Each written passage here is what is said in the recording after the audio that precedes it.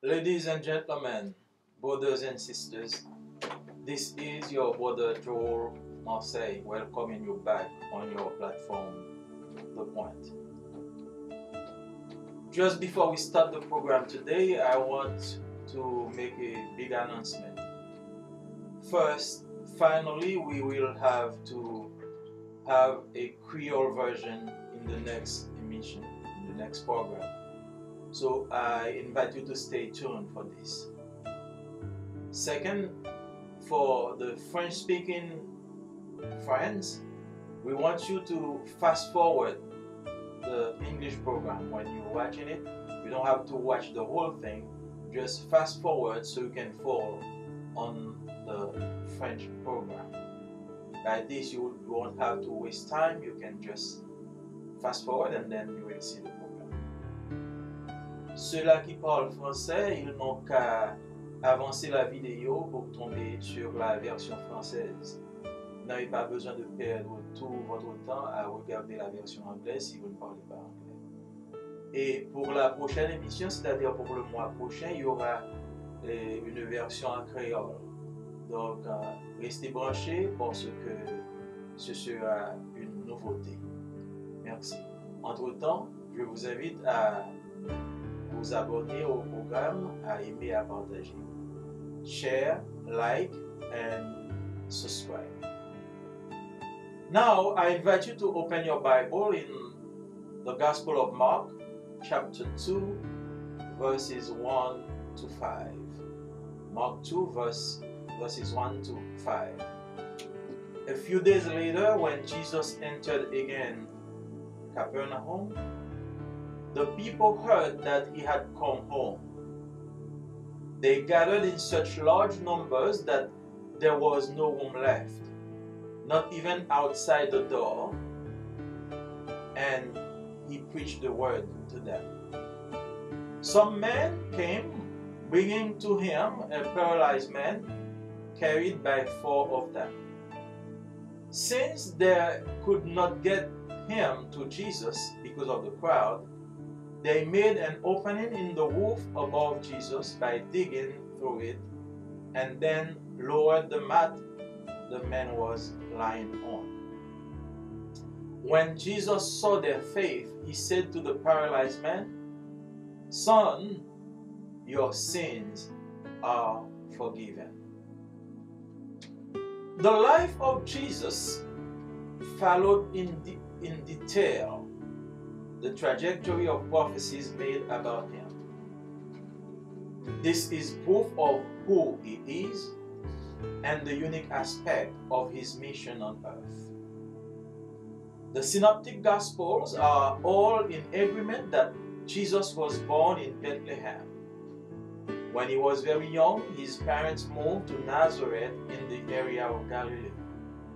When Jesus grew up, he moved to Capernaum on the Sea of Galilee, which was foretold by the prophet Isaiah, according to Matthew chapter 4, verse 13 to 16. The Gospels of Matthew, Mark, and Luke state that Jesus began his public ministry from Capernaum, went throughout Galilee, teaching in the synagogues, proclaiming the good news of the kingdom, and healing every disease and sickness among the people. News about him spread all over Syria, and people brought to him all who were ill with various diseases, those suffering severe pain, the demon-possessed, those having seizures, and the paralyzed, and he healed them. Large crowds from Galilee, the Decapolis, Jerusalem, Judea, and the region across the Jordan followed him. This is something that we read in the Gospel of Matthew chapter 4. The miracle that we are about to explain today took place in the very residence where Jesus lived at that specific moment. Mark said that a few days later, Jesus entered Capernaum again. The people heard that he had come home. So many people gathered that there was no room left. There was not even room outside the door. And Jesus preached the word to them. 4 others who came were carrying a man who could not walk, but they could not get him close to Jesus because of the crowd. So they made a hole in the roof above Jesus. Then they lowered the man through it on a mat. When Jesus saw their faith, he said to the paralyzed man, "Son, your sins are forgiven." In response to the Pharisees who accused him of blasphemy, he said, "Which is easier, to say to this paralyzed man, 'Your sins are forgiven,' or to say, 'Get up, take up your mat, and walk'?" Then he said to the man, "I tell you, get up, take your mat, and go home."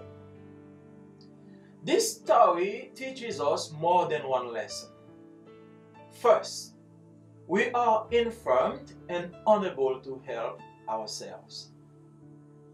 The story says that the man was sick, paralyzed, and bound on a chair, unable to help himself. He would like to live a free life. He would like to free himself and seek healing for himself, but he was physically reduced to inactivity. Spiritually, lots of folks are that way due to sin. Paul wrote in Romans chapter 7 verses 18 to 20, "For I know that good itself does not dwell in me, that is, in my sinful nature. For I have the desire to do what is good, but I cannot carry it out. For I do not do the good I want to do, but the evil I do not want to do, this I keep on doing. Now, if I do what I do not want to do, it is no longer I who do it, but it is sin living in me that does it." These verses teach that we are trapped in evil and sinful habits. The patterns of our behavior are learned from sin. We are so accustomed to it that we think that we were born with it. We cannot quit sin any more than the addict can quit his addiction. We are so bound by fear, bound by ignorance, and bound by the reasoning of the world that we become paralyzed in our miserable condition. We can only be set free by Christ, because there is now, says the Bible, no condemnation for those who are in Christ Jesus. The law of the Spirit who gives life has set you free from the law of sin and death. Romans chapter 8, verse 1 and verse 2.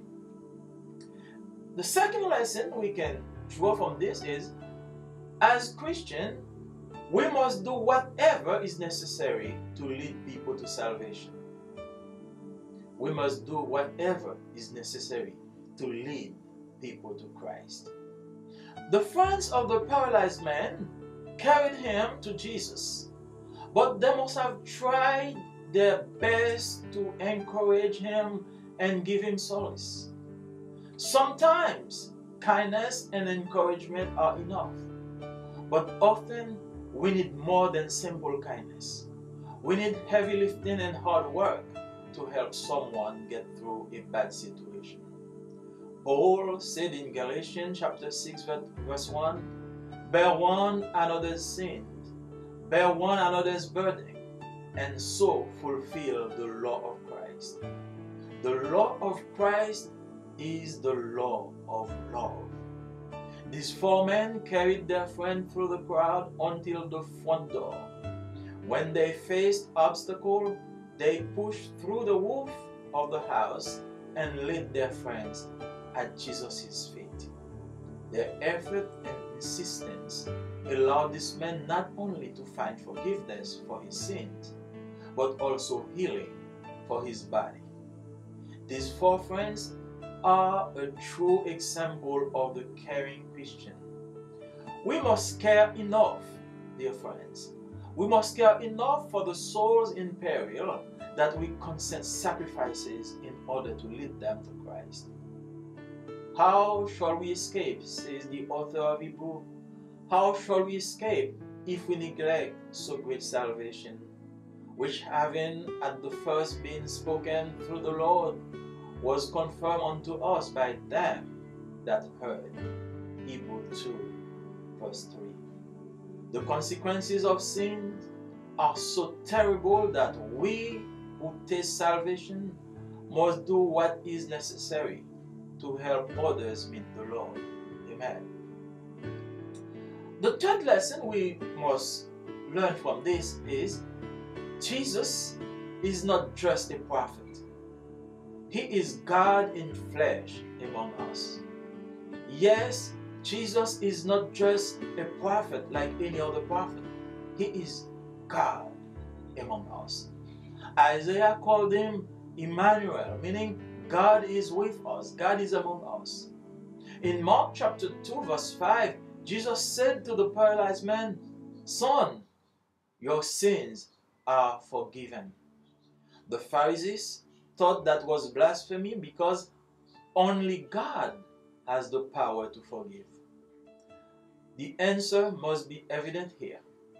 If Jesus forgives and forgiveness is obtained, that means Jesus must be really God himself.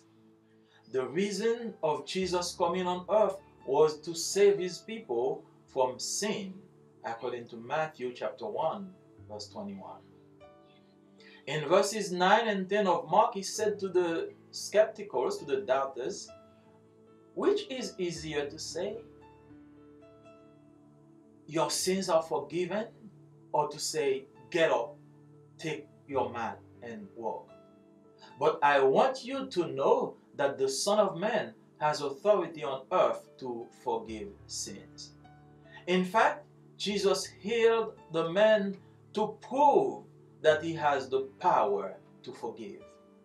The healing was the visible proof of the invisible change that happened in this man's life.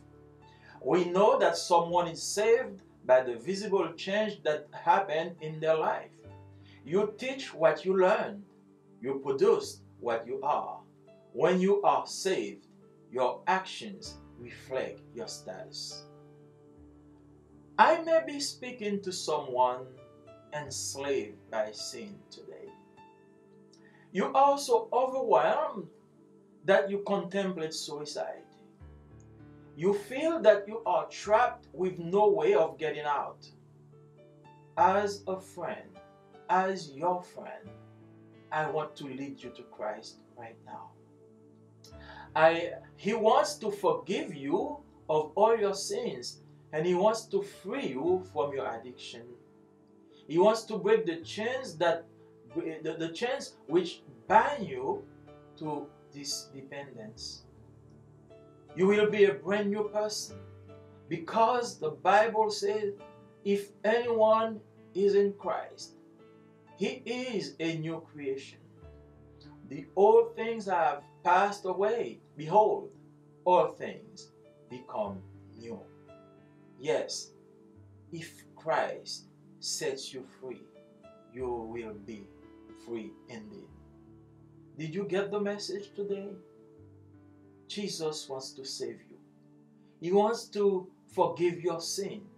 Not only forgive your sins, but he wants to set you free, to heal your body, to save you from your addiction, to save you from your bad habits. He wants to make you a brand new person. Now, wherever you are, having accepted this message, I invite you to bow your head. Let's go to the cross together.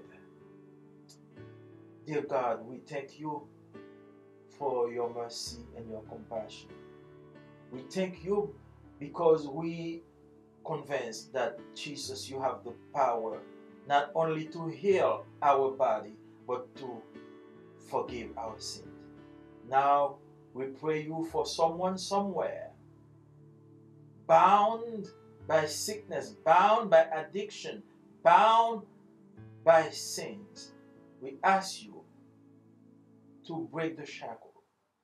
We break you to save them.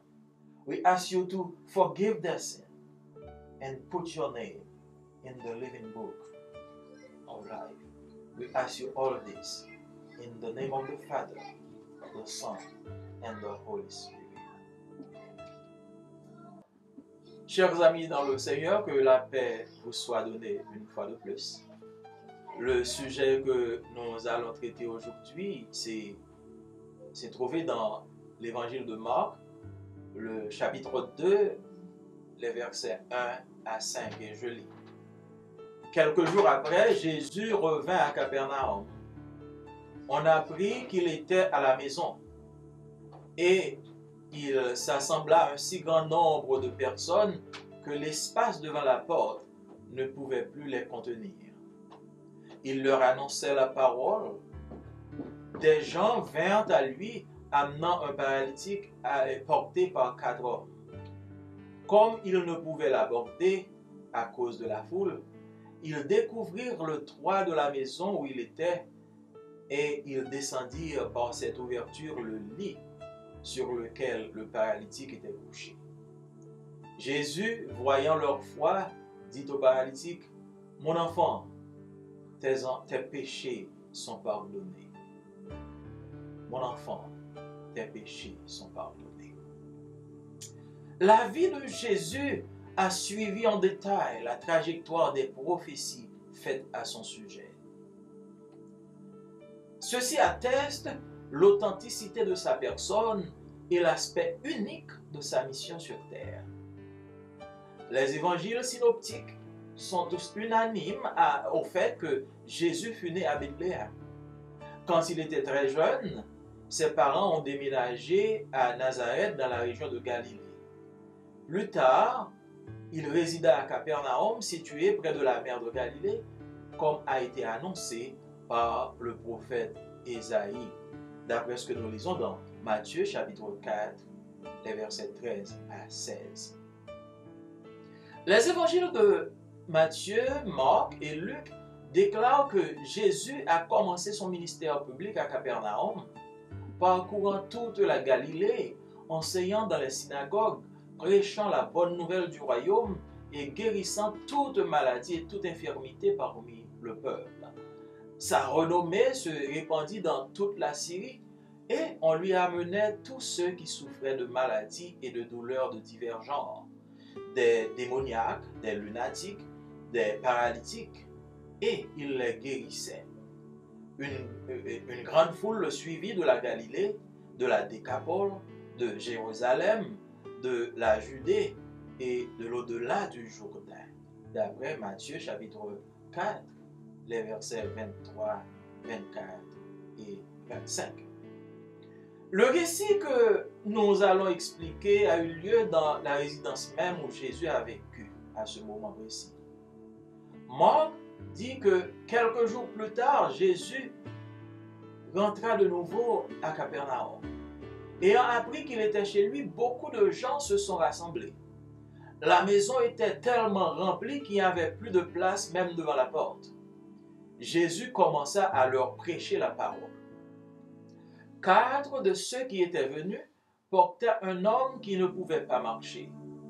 Ne pouvant pas s'approcher de Jésus à cause de la foule, ils creusèrent un trou dans le toit de la maison et firent descendre l'homme sur une natte, sur un lit.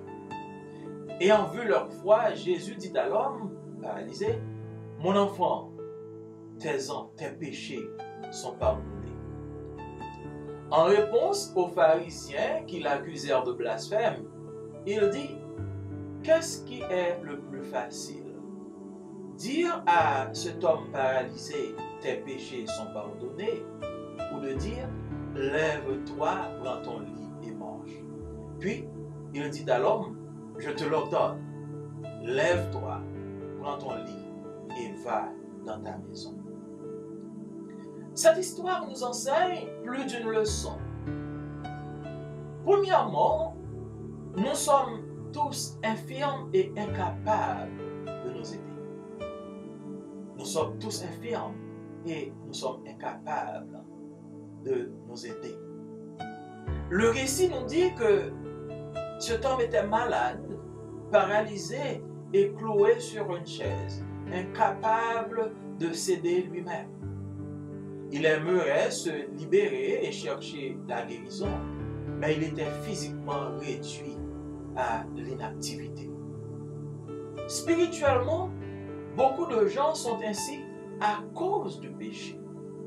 Paul écrit dans Romains chapitre 7, les versets 18 à 20, « Ce qui est bon, je le sais, n'habite pas en moi, c'est-à-dire dans ma chair. J'ai la volonté, mais non le pouvoir de faire le bien. Car je ne fais pas le bien que je veux, et je fais le mal que je ne veux pas. Or, si je fais ce que je ne veux pas faire, ce n'est plus moi qui le fais, mais c'est le péché vivant en moi qui le fait. » Ces versets enseignent que beaucoup d'entre nous sont intimement attachés à des habitudes perverses et corrompues. Ceci engendre des modèles de comportement directement liés au péché. Nous y sommes tellement habitués que nous pensons que ces comportements sont inhérents à notre nature, c'est-à-dire que nous sommes nés avec ces comportements, avec ces habitudes. Nous ne pouvons pas abandonner le péché plus que le toxicomane ne peut abandonner sa dépendance. Nous sommes tellement asservis par la peur, tellement asservis par l'ignorance et le raisonnement du monde que nous devenons paralysés dans notre misérable condition.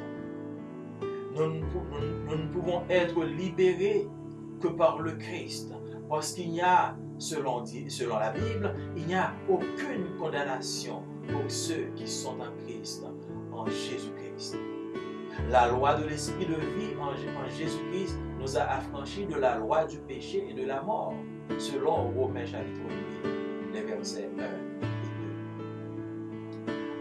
Deuxièmement, la leçon que nous voulons tirer de ça, c'est que en tant que chrétiens, nous devons faire tout ce qui est en notre pouvoir, tout ce qui est nécessaire pour conduire les gens à Christ. Nous devons faire tout ce qui est nécessaire pour conduire les gens à Christ. Les amis de l'homme paralysé l'ont amené sur un brancard à Jésus. Ils ont dû faire de leur mieux pour l'encourager et lui donner du réconfort. Parfois, la gentillesse et les encouragements suffisent. Mais souvent, nous avons besoin de plus qu'une simple gentillesse. Nous avons besoin d'un effort concerté et d'un travail acharné pour aider quelqu'un à surmonter un obstacle, pour aider quelqu'un à surmonter une mauvaise situation. Paul dit dans Galates chapitre 6, verset 1er, « Portez le fardeau les uns des autres et vous accomplirez ainsi la loi de Christ. » La loi de Christ, c'est la loi de l'amour. Ces 4 hommes portèrent leur ami à travers la foule jusqu'à la porte d'entrée. Lorsqu'ils firent face à un obstacle, ils firent une ouverture dans le toit de la maison et descendirent leur ami aux pieds de Jésus. Leur effort et leur insistance ont permis à cet homme non seulement de trouver le pardon pour ses péchés, mais aussi la guérison pour son corps. Ces 4 amis sont un véritable exemple du chrétien attentionné. Nous devons prendre suffisamment soin des âmes en péril et consentir à des sacrifices pour les conduire à Christ. Comment échapperons-nous, dit l'auteur de l'Épître aux Hébreux, en négligeant un si grand salut qui, annoncé d'abord par le Seigneur, nous a été confirmé par ceux qui l'ont entendu. Hébreux, chapitre 2, verset 3. Les conséquences du péché sont si terribles que nous, qui goûtons au salut, devons faire ce qui est nécessaire pour aider les autres à rencontrer le Seigneur. Amen.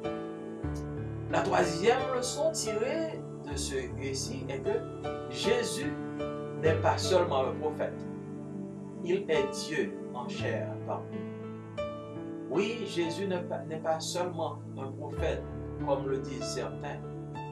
Il est Dieu parmi nous. Ésaïe l'appela Emmanuel, ce qui signifie que Dieu est avec nous. Dans Marc chapitre 2, verset 5, Jésus dit à l'homme paralysé, « Mon enfant, tes péchés sont pardonnés. » Les pharisiens pensaient que c'était un blasphème parce que seul Dieu a le pouvoir de pardonner. La réponse doit être évidente ici. Si Jésus pardonne et que le pardon est obtenu, cela veut dire que Jésus doit être vraiment Dieu. La raison de la venue de Jésus sur terre était de sauver son peuple du péché, selon Matthieu chapitre 1, verset 21. Au verset 9 et 10 de Marc chapitre 2, Jésus dit aux sceptiques, à ceux-là qui avaient du doute, il dit, qu'est-ce qui est le plus facile? Dire à cet homme paralysé, tes péchés sont pardonnés, ou de dire, lève-toi, prends ton lit et mange. Mais je veux que vous sachiez que le Fils de l'homme a autorité sur la terre pour pardonner les péchés. En fait, Jésus a guéri l'homme pour prouver qu'il a le pouvoir de pardonner. La guérison était la preuve visible du changement invisible qui s'est produit dans la vie de cet homme. Nous savons que quelqu'un est sauvé par le changement visible qui s'est produit dans sa vie. On enseigne ce que l'on apprend, mais on produit ce que l'on est. Quand on est sauvé, on agit en sauvé. Amen. Je suis peut-être en train de parler à quelqu'un asservi par le péché. Vous êtes tellement accablé que vous contemplez le suicide. Vous vous sentez pris à un piège sans aucun moyen de sortir. En tant qu'ami, en tant que votre ami, je veux vous conduire à Christ maintenant. Il veut vous pardonner tous vos péchés. Il est prêt à vous absoudre. Il veut vous libérer de votre esclavage. Il veut briser les chaînes qui vous lient à cette dépendance. Vous serez une toute nouvelle personne. Parce que la Bible dit, si quelqu'un est en Christ, il est une nouvelle créature. Les choses anciennes sont passées. Maintenant, toutes choses sont devenues nouvelles. Oui, si Christ vous a franchi, vous serez réellement libre. Êtes-vous prêt à accepter le message de Christ, le message du salut, le message du pardon? Là où vous êtes, je vous invite à vous couper et ensemble, nous allons nous approcher auprès du Maître. Je viens de déposer votre lit aux pieds du Seigneur. Il veut vous donner la vie.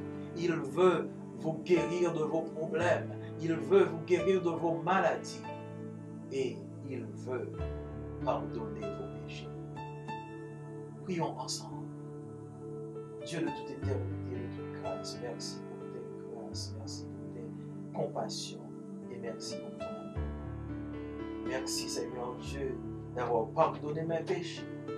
Et merci d'avoir promis à tous ceux qui acceptent ton offre, tu vas aussi pardonner leurs péchés. Non seulement pardonner leurs péchés, mais guérir leur corps de la maladie, les libérer de tout esclavage, de toute dépendance. Maintenant, je te prie pour quelqu'un quelque part, accablé, faisant face au suicide, à la dépression et au découragement. Au nom de Jésus, donne-lui la vie, pardonne ses péchés et inscris son nom dans le livre. Nous te prions au nom du Père, du Fils et du Saint-Esprit. Amen. Au plaisir de vous rejoindre la prochaine fois, je vous demande de aimer, partager et surtout vous abonner. Que Dieu vous bénisse.